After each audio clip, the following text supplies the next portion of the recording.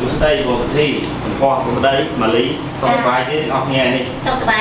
ก็มองเป็น ออกได้ที่ของร้านการงียืมหรือโบราณยังไงเพราะvậy trong vậy lái bị ba đọc ngày thì đọc mỗi khai miệng tầng nào thế này nằm nó dừng phơi đấy ឆ្នាំនេះយើងមានរៀបចំវេទិកាជួបជុំគ្នាជាមួយបងប្អូនធ្វើការតាមផ្ទះបង chỗ bộ thực thi nè nằm nó dừng phơi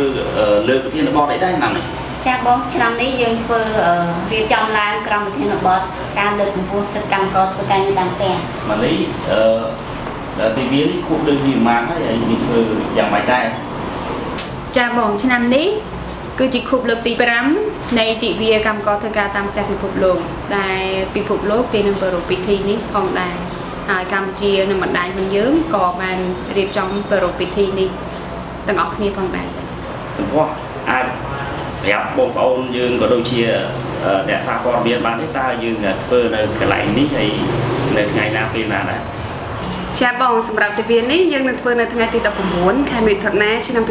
2016ហើយយើងនឹងចាប់ផ្ដើមពីម៉ោង7 កន្លះរហូតដល់ម៉ោង12ថ្ងៃត្រង់នៅទីតាំងរបស់សមាគម ID យើងតែម្ដង បាទដូច្នេះខ្ញុំសូមអញ្ជើញបងប្អូនកម្មករកម្មការនីធ្វើការតាមផ្ទះទាំងអស់អញ្ជើញចូលរួមជាមួយបណ្ដាញយើងខ្ញុំជាពិសេសសារព័ត៌មានជាតិអន្តរជាតិនិងអង្គការសង្គមស៊ីវិលផងដែរ យើងនឹងចូលរួម